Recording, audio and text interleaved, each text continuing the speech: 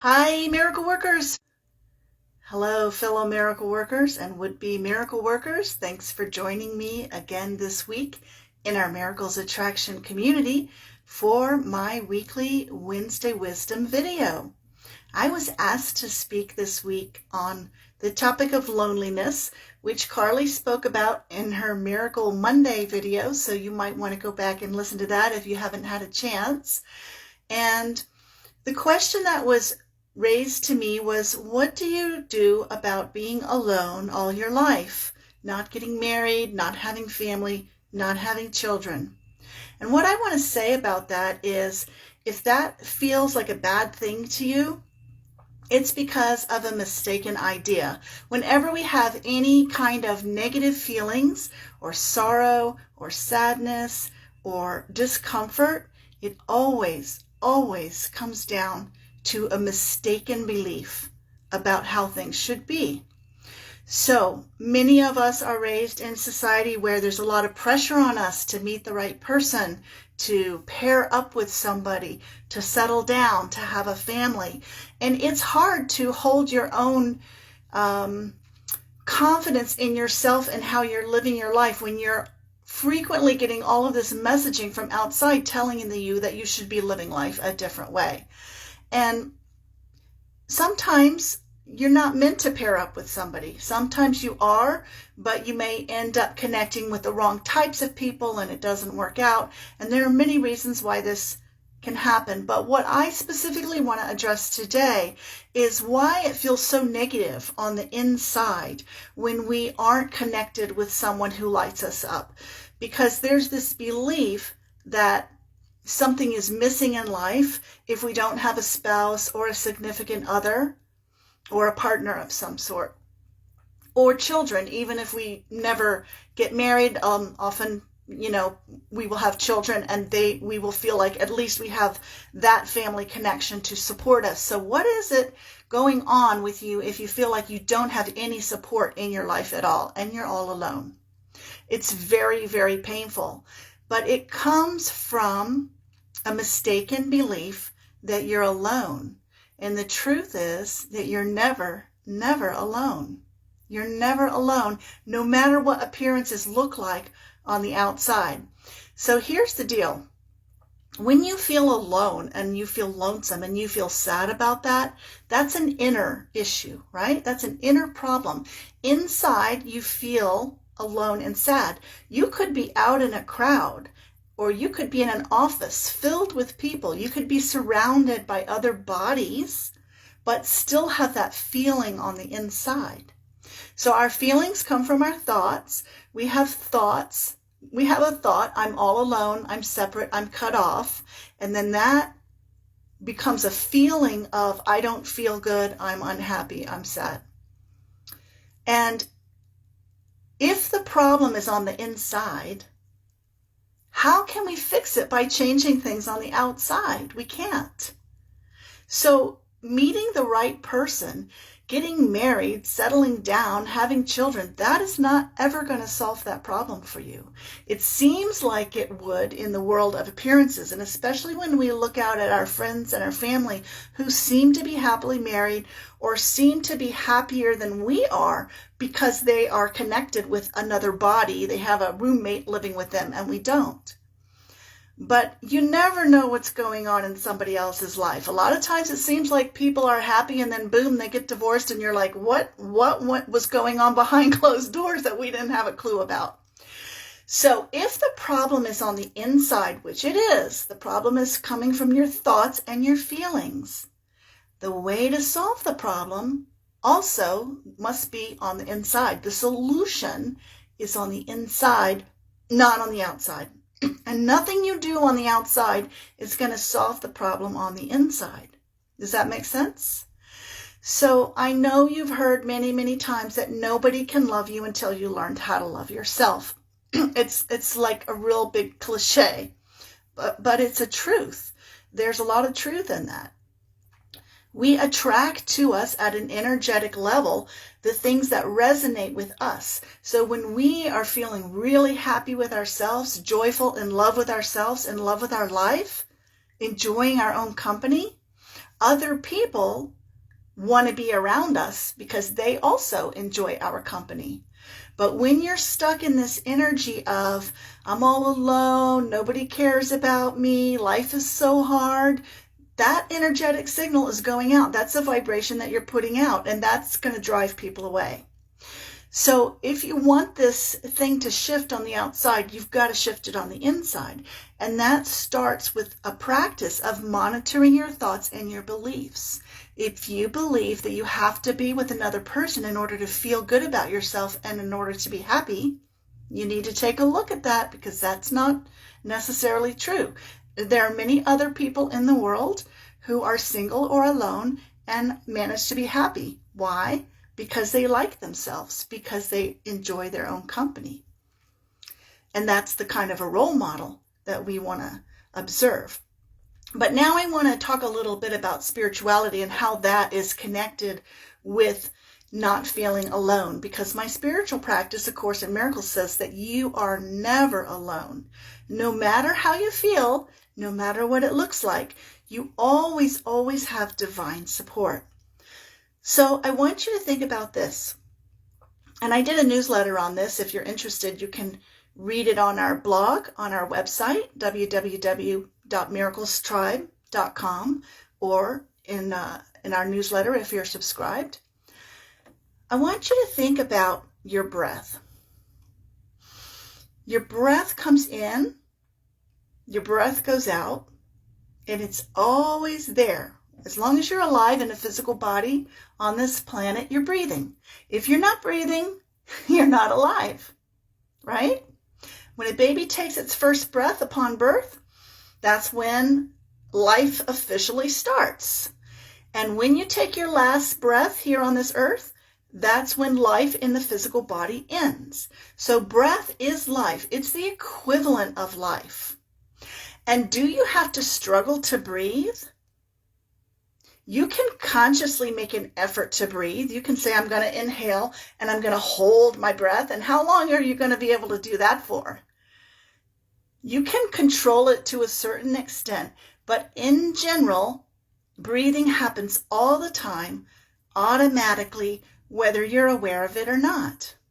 This is a way that you are divinely supported. You don't have to think about it. You don't have to remind myself, take a breath to stay alive. Take a breath to stay alive. Even when you're asleep, even when you're unconscious, that breath is coming in and going out through no effort on your part.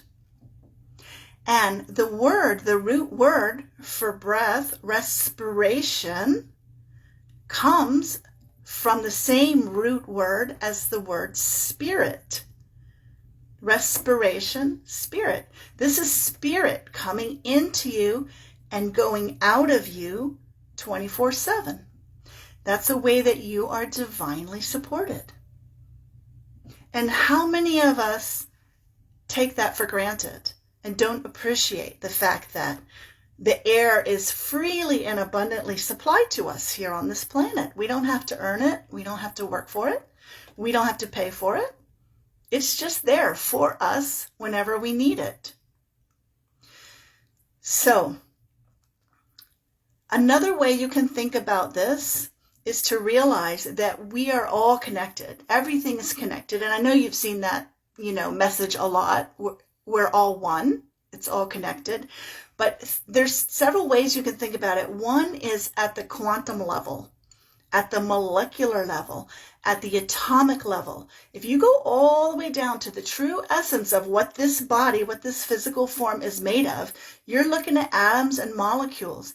And that's the same thing that everybody else is made of. That's the same thing that everything on this planet is made of. The trees, the rocks, the animals, the grass, the flowers, all of it. At the quantum level, the molecular level, the atomic level, all of these things are just, they're all connected in a kind of quantum soup. And they take different forms. So there seems to be this form of me here in this body, and there seems to be the form of somebody else over there in that body. But in actuality, there's just one thing here.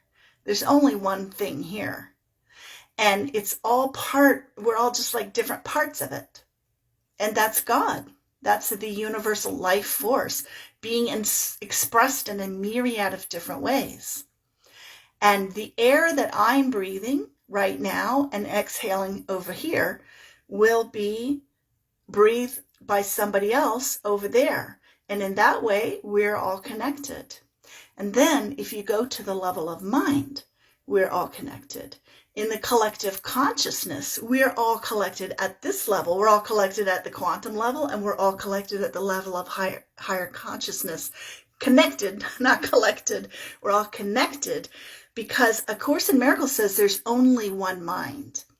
It says when you heal your mind, all minds are healed. And why is that? Because we're all sharing this big mind. Not your little ego mind that has thoughts like I'm lonesome and I'm sad. Not that mind, the mind of the Holy Spirit. So you can think of it like this. You may have seen this metaphor before. You can think of it like a hand. You may feel like you're here all alone, cut off, poor Mr. Thumb, doesn't have any friends. And then this finger over here may feel the same way. Oh, I'm all alone over here by myself. If only I had someone to hang out with. But at this level, when you go down to the level of the hand, there's only one thing here. And it's all connected. So the thumb has a different function from the little finger and can do and move in a different way from the little finger. And in this way, we are all unique as well. Each of us has a different fingerprint. Each of us has a different personality. And yet they're all fingers and they're all the same. And no one is more important or more valuable than the other one. And they all work together for the good. So the bottom line is, when you're feeling lonely, look at what thoughts you're having that are not true, because all loneliness comes from feeling separated from our source in the end. A sense of separation is the lack that needs correction. We believe we're separate, we believe we're cut off, we believe we're alone, but don't be deceived by appearances. Just because you see a body over there and a body over here does not mean there's separation, and does not mean that I'm alone and you're alone. We're all in this together. And even if our bodies are not together in the same room with each other, we're still connected. And there's no better example of this than what we're doing right here, right now, with this virtual communication that we have with the internet. Somebody like Susan is on the other side of the planet right now, and I'm way over here, and yet we are connecting and communicating through this virtual medium.